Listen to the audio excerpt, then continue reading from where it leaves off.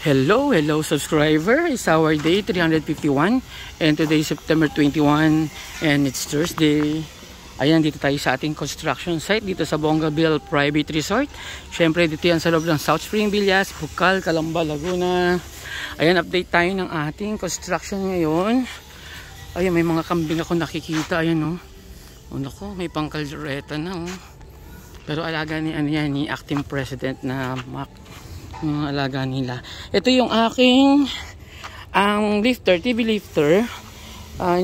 Nilinisan ni tatay, pinuntarahan niya, tapos piniskes. Ayan, may mga na siya. Pero napadagdag ako dito ng mga roller. Ayan yung mga roller na to para pagka may mas magaan yung buhat niya. Kasi tapos yung isang inintay ko na rin din yung order ko na na motor. Mas pinili ko ngayon yung medyo mas mabagal, yung 8 RPM lang. Sabihin ng 8 RPM is pang 8 ikot kada minuto. Ganun kabagal yung kinuha ko. Kasi mas mabagal, mas malakas yung yung buhat niya. Kaya yun ang pinili ko. O ito, tuyo na pala yung ating mga yung pinaka panel natin na ilalagay doon sa planter box sa may waterfalls dun sa may swimming pool. Ayan, tuyo na siya. Yan, kakabit na lang at saka i-spot na lang namin doon o kaya itutusok doon sa dingding, pero definitely baka i-spot namin niya para mabuo yung box niyan kasi talagang dalawang side lang talaga yan Ayan. Pero may nakalimutan sila lagay dito sa isa kasi walang abang para sa electrical, nakalimutan makikita ko sa kanila yan. Tapos ito, dito nag-a-assemble si mag-aas ng ating double deck na higaan. Ito yung aming unang a-assemblein pa lang, isa pa lang, para malaman namin kung may problema. Well, actually, nakita ko na nga yung problema doon sa unang design ko. Yung unang bed sa baba, hindi siya, parang mahirap umupo. Kasi sinunod ko yung standard lang na sukat ng double deck. So, nung umuupo na, medyo nakalabas yung ulo. Hindi ka pwede magtsikahan dun sa bed. Kumbaga yung dalawang bed magkaharap, hindi pwede magkwento kasi nakalabas yung ulo. So, ang ginawa namin, nagdugtong siya dun sa ito yung may dugtong siya. Ayan, yung nasa baba ng panel, ayan may dugtong. Pero itong sumunod na panel niya, wala na. Kasi nga pinataasan na namin para makapasok yung ulo kahit medyo matangkad. Ayan. So ito na yung una naming bali ito yung pinakapaan niya. So ito, pakita ko sa inyo yung design dito. Ayan. Ayan yung design niya. So kakalabasan niyang ito yung nakikita niya na picture na yan. Ayan. So nandito pa lang siya sa railing. Pero itong railing na to, ito yung taas nito yung kalahati lang, no? Kalahati lang yung isang taas, diba? Ayan. Kalahati na lang natin. O pwede namang 1/4 lang din. Para malawak-lawak yung akyatan nung malaking tao yung sabagay. Kung malaki, hindi mo na ako akit sa taas, no? Dito ba sa gilid ilalagay? Yung? Dito sa o sa gilid ng higaan? Sa gilid na siguro. Sa labas, sa gilid. Hindi siya doon sa may harapan. Kasi design natin, di ba, gagawa natin hagdanan siguro. Kasi yung, hagdanan, tama, gagawa natin hagdanan na nasa gilid ng tabi ng ng higaan. Ito, diretso na to, magkaparehas na to. Actually, magkaparehas ba yun? Magka-opposite. Mahirap sabihin na magkaparehas Pero yung isang side naman, baliktaran yun Yung gagawin mo nandoon sa yung unang-unang pwesto dito, 'di ba? Ito yung hilera ng higaan. Ito yung pagpasok natin, entrance. Pagpasok mo ng ganon, yung nasa dulong-dulo sa may kaliwa yung gagawin natin. Sige. Kung doon sa may kaliwa ibig sabihin, ang hagdanan niya nasa gitna dito sa kaliwa. Pag andito ako nakatayo andito sa kaliwa. Pero sa pwesto mo, syempre kanan mo. Ito yung pader. Tapos ito yung hilera ng higaan, saka yung isa pa. So, dalawang higaan to, nandito siya sa gitna. Magkakat ba tayo dito? Oo, itong pinaka sa ibabaw. It's either kalahati or 3/4 or 1/4. Pero siguro para tipid sa bakal, 1/4 na lang. Ibig sabihin, liliitan mo lang doon sa spacing doon. Magiging ito lang yung buo niya. Kasi ito yung patungan ng higaan. Oo, saka itong isa. Ay, buo, oo nga pala ito. Itong harang, hindi. Buo, Saka pangalawa, buo din. Ay, putol din. Ito, putol itong dalawa dito. Oo. Tapos ito, natin, 1/4 lang siguro. Pwede na yung 1/4, no? Importante may konting harang lang doon. Tapos dito, maluwag na yung akyatan, no? Ilang ano na kaya natin? Yung 1/4 mo lang. Para tipid tayo sa bakal, di ba? Pero kung may sobra ka mga bakal, estimate mo. Nabuo ko yung putol Ano nabulong mo yung putol? O di, tabi mo muna yun. Hindi, ito pala naman dalawa eh. So ilang putol magagawa mo? 4 kung sakali. Kakakatatlo ka lang din. Pare-pares 3, no? Kalahati na lang kaya natin. Depende. Nakakailan ba sa isang buo ka? Nakakailang putol? Ano to? 4 na kaya. Tapos walang tira yun. Sarado yun. Hindi, meron. Aning tira? Yan ang tira. Alanganin. O di kalahati lang yan. Tapos para magamit pa natin sa susunod ng iba. Padudugtong na lang natin. Hindi. Kalahati pa niyan.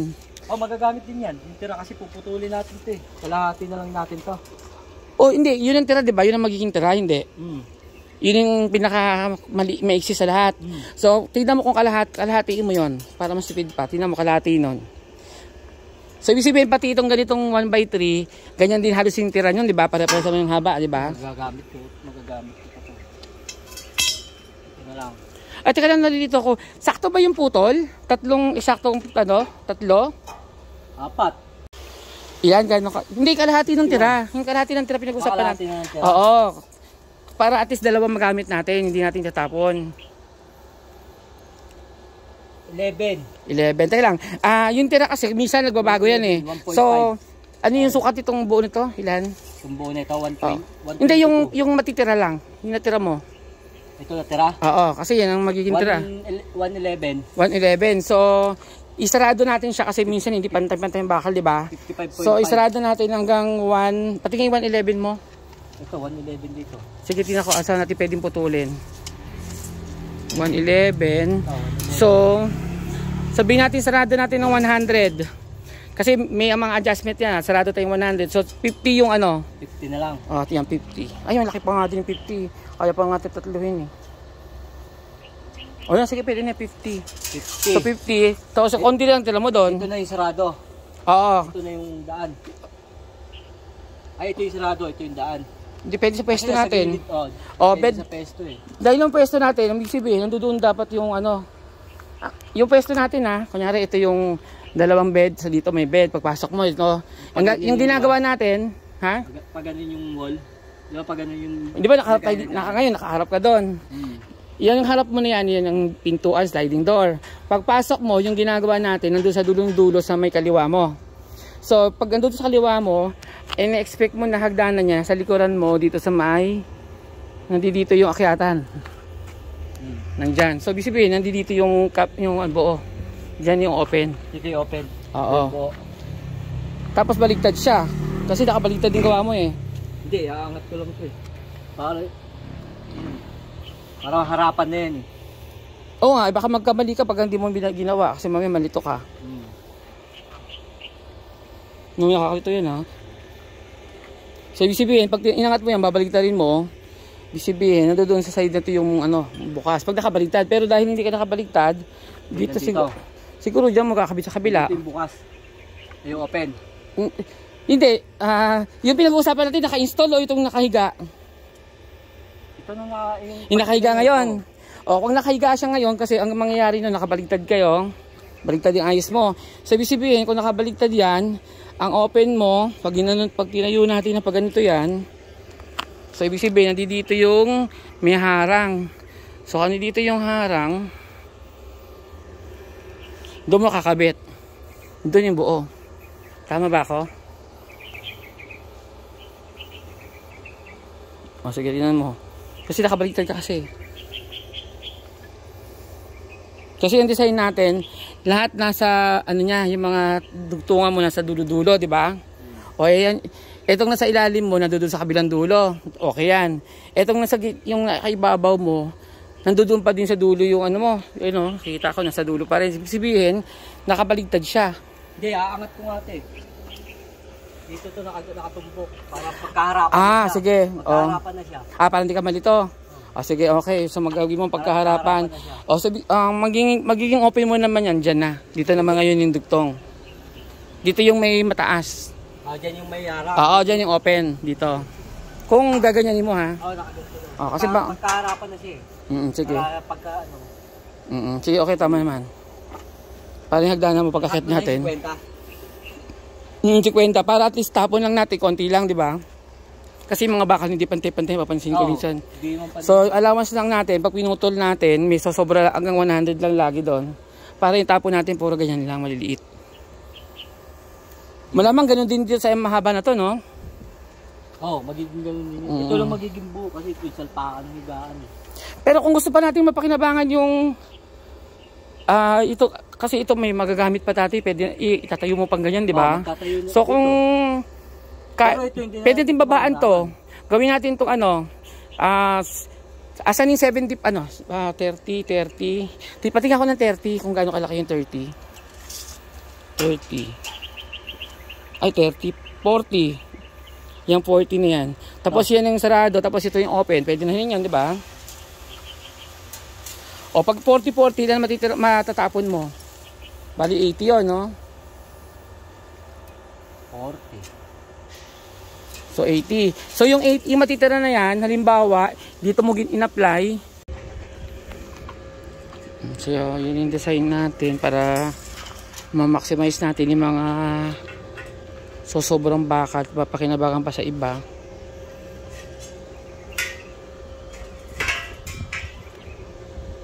O yan, pasok na tayo sa loob. Doon tayo mag-update naman.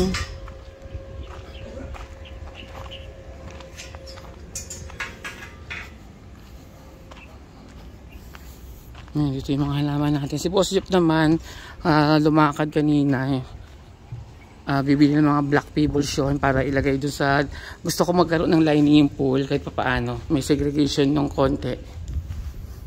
Yan, nabutan tayo ng break time. Ayan, so ano ba unahin natin dito? So ito, naglagay na kami ng abang ng electrical na para sa LED. Yan, ito na siya. Yan, yung meron kasi kami dati ng mga ganito na panel na nabili nung dati pa, medyo mas malalim siya. Yan, kaya ang ginawa ko, tapos nabili namin bago, medyo mababaw nga lang kasi walang malalim dito sa Wilcon, dito sa branch ng Kalamba. Pero ang ginawa na lang namin, yung dati namin na malalim, siya na lang yung pinaloob ko para kasi medyo kasi nababasa ng tubig to. So mas magandang gamitin dito yung malalim na panel na mas malalim siya, parang sa 1 inch yata siya. Ito half inch lang yung nasa labas. Yun nga lang, may napansin ako dito kasi meron silang ginawa dito na parang DIY nila, nilagyan nila ng metal ng formworks dito para mahabol nila siguro yung taas ng skimmer. Kaso magiging problema namin yung LED namin na abang hanggang dito lang. So ang mangyayari dito, kung hahayaan ko na ganyan siya, yung LED ko, makikita siya dito na nakalugay. Hindi ko makiklip. So, baka ngayon, gagawin ko na lang, papatapyas ko na lang dito siguro to. Ayan, tatapyasin ko na lang dito yung, tapos para malagyan din dito ng halo ng ng cables, matakpan siya. Para yung LED niya nasa loob, hindi kita. Ayan, ipapahabol ko na lang yan kasi baka mamaya gawin nilang ganito lang. Mamblema ako sa LED, kitang-kita naka-expose siya. Hindi ka tulad dito nakaabang. Kasi ito pag natuyo na kasi ito, tatanggalin na namin itong mga tubular na to kasi pang suporta lang siya. So pag tinanggal ko siya, mangyayari, ito magiging abang, yung pinaka-LED papasok namin dito. So dapat ito matakpan din siya. Ayan. Ito pa yung ibang mga sana magkasya lang kasi dito wala kami mabilhan dito ng ganito kakapal na lalim. Ayan, tatanggal kasi yung dulo nito. Ayan. Ito yung ginagamit sa mga electrical na bagong kunyari meron kang kuryente na hindi mo na abang dati pa. So ito yung gagamitin mo na lagayan ng mga wiring. Natatanggal tong takip niya. Yan, hindi ko lang matanggal, medyo mahigpit. So yun ang ginamit ko dito na abang. At the same time, dyan na rin dadaan yung release ng yung LED. Ayan. Tapos yung electrical namin, ito nga, ito na. Kailangan nakalubog siya. Ito hindi nakalubog, oh. So dapat ilubog din siya. Dapat ito yung tansi namin. Dapat itong mga junction nakalubog. So ito hindi nakalubog. So ibig sabihin, papa-adjust ko pa yan. Kasi dapat matakpan siya ng parang ayoko makita, ma-expose yung mga junction. So gagawin ko, para bang yung manhole, maglalagay ako ng manhole na pebbles. Ito naman, dahil nasa loob siya ng pinaka open space na to, ang ginawa namin dito. Ito yung sinasabi ko na dun sa labas kanina na hindi nila ilabang kasi walang butas na ganito. So sabi na lang, kinausap ko si Butoy, sabi niya bubutasan na lang daw nila kasi hindi daw nila alam pa nung una kung gaano kataas yung ginawa daw nila yung panel. Sabi ko sige, okay. So ayan na, bubutasan na lang siya.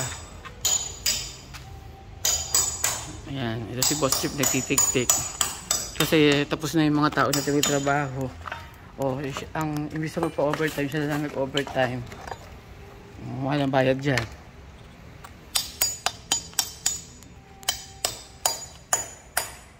Ayan, ang problema kasi naman namin kaya tinitik-tik niya kasi yung tubig din na abang, yung falls, yung pinaka-fountain namin na to, dapat nakalubog siya sa tanse. Para at least hindi naka-expose tong mga bilog-bilog. Dapat natatabunan din to ng semento. Nakalabas lang dapat yung pinaka-tip lang niya. Yan, yung tip lang dapat. Tapos bubutasan ko siya na may binili na ako pambutas na dito. Parang 0.5 mm or 1 mm lang yung butas niya. At pang drill ko dyan. Tapos kakabitan ko siya ng para bang nozzle. Yung palabasan ng tubig. Yung ganun din ang problema dito, may bakal dito. So ganito rin, papatapyas ko rin ito bukas. Kasi nga, kailangan matakpan yung LED magtuloy-tuloy. Kasi nahinto dito yung LED, oh. Kaysa naman lumugay dito yung LED, kita-kita habang naliligo, baka bitinan nila yung LED niya kasi nakikita, naka-expose. So dapat parang nakabaon din siya sa semento do. Hindi ko lang alam kung papatapyas ko na hanggang dito sa dulo para kahit paano ma-cover siya. Kasi kung sa loob lang, kita lang, ito na yung pinakaloob niya sa titignan natin kung paano mangyayari dyan. I-clip ko na lang. Ito rin, pinahabol ko din, nagpalagay ako ng nosing dito sa may dulo din dito. Ayan, may nosing din siya. Para yung LED tuloy-tuloy na umikot dito. So may liwanag din dito mangyayari. Ayan, ito yung mga LED na kinakat nila.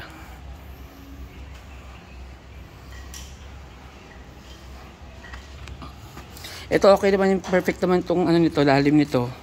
So nakalubog naman siya sa tanse, okay na to. Yun ang talagang portion na to.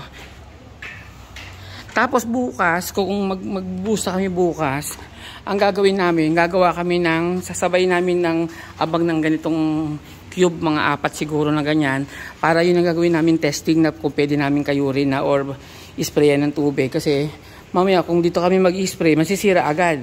So yung testing na gagawa kami ng 4 na ganito, sabi ko sa mga 4 or 5 gagawin namin. Para kung sakali, dito kami magte-testing. Pagka hindi pa pwede, yung isa naman. After 1 hour, yung isa naman. Basta importante, yung 5 na yun ang gagamitin namin pang-testing kaysa di ba direkta kami dito. Kasi ang problema, habulin namin yung curing time ng semento na hindi siya tumigas agad. Kasi pag tumigas siya, yung epekto, itong sample namin na to, gumawa si Butoy ng sample. Ang naging problema, hindi niya na makayod yung mga semento kasi nga natuyuan siya ng sobrang tigas na hindi niya na makayod. So ang gusto ko kasing texture nito, yung talaga nakalabas na yung mga pebbles talaga, kasing kitang-kita. Para pagka nilagyan ko ng coat yan, tapos binaffing ko, mag-e-effect talaga siya na parang batong-bato na pebbles talaga. So dahil ito hindi masyado maganda tignan ng effect niyan. Kahit pakinisin ko siya, ganun pa rin. So iba pa rin talaga yung makakayod namin. Ayun. Tapos kanina si tatay nakapagpintura na doon sa taas, yung mga release doon. Pininturahan niya na ng itim. Ayan, makikita natin sa taas, may mga pintura na. Ayan. Itim na yung mga release niyan. Pero yung pinaka sa ibabaw niya, yung tungtungan ng ano, hindi pa dapat i-wood style din ni tatay yan. So hindi niya pa nagagawa. Nag-itim pa lang siya. Ayan. Ito yung mga nakaabang lang siya. Pero yung piping naman din kanina, nag-usap din kami si Butoy. Kasi yung una kong kausap dito si Foreman Jerry, kaso wala na siya dito sa amin. So kailangan ko ulitin yung instruction ko kay Butoy kasi siya yung gagawa. Tapos i-assist ko na lang siya kung paano yung pinaka-design namin. O yun, para lang matapos na talaga. Kasi kung at kailangan ko gumising na maaga kasi nga minsan natatapos na silang gumawa. Pagkagising ko ng mga 10-11 tapos na sila. Ang problema, hindi nasunod yung gusto ko or mali. So yun, kailangan natin gumising ng maaga. So hindi naman tayo magpupuyat. Hindi mo na ako magko-computer. Ayun. So tingnan natin, labas na tayo doon.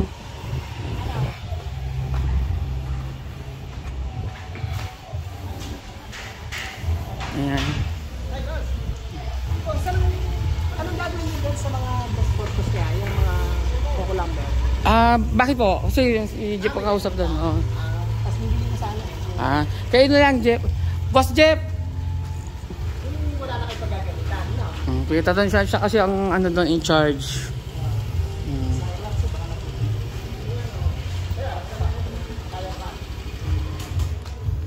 Yung mga Coco Lumber na kung pagamitin mo, bibilin daw niya. O siya lang kausapin niya, sir. Ayan, si Boss Jeff na lang.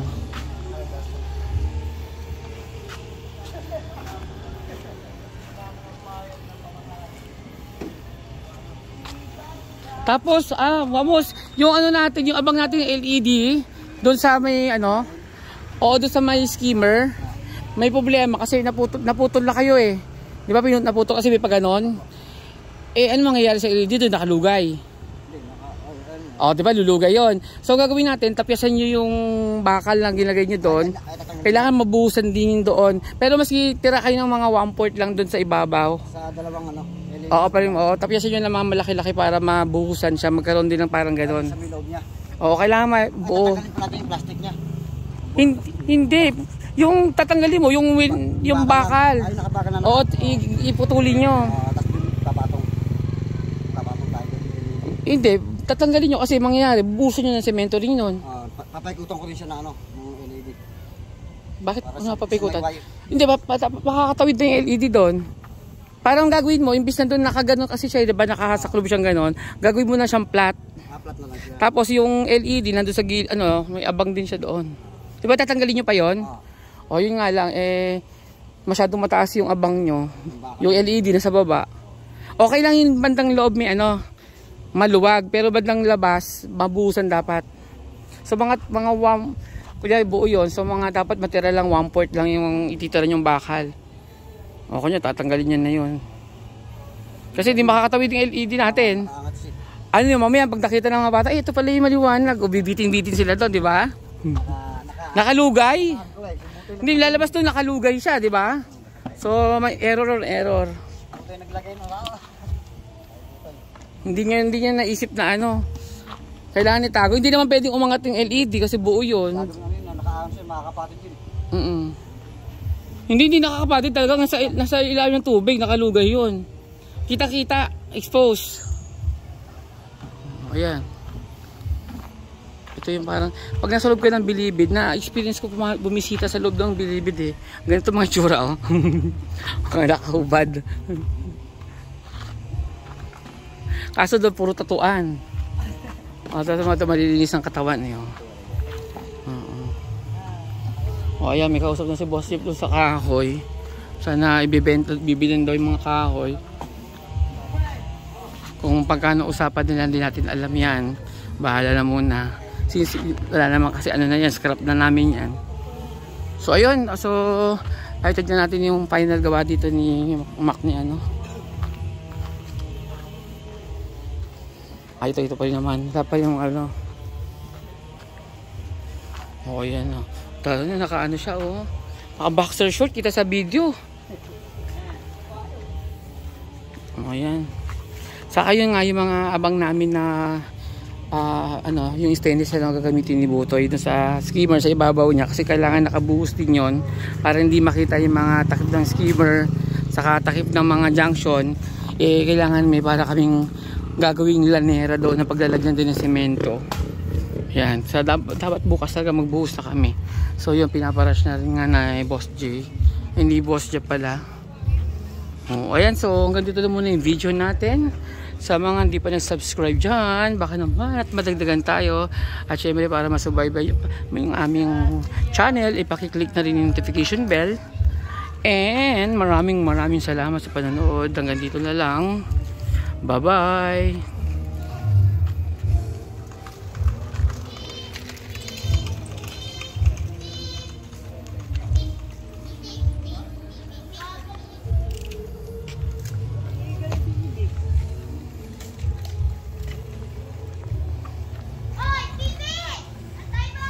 Ayan panggatong.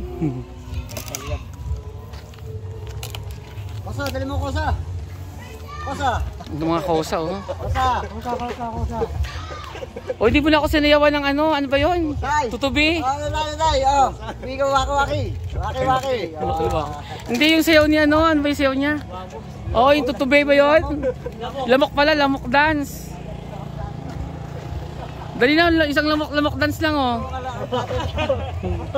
Meron ka daw video eh, pengen ko kopya. Vamos, ayaw sumayaw ng lamok. Dali, isang lamok dance lang oh.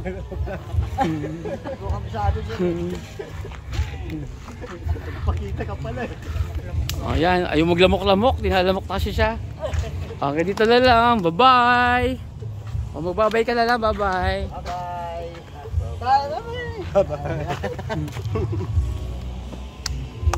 O ikaw. Kosa. O, kosa. Babay ka na. Babay ka kosa. Smile.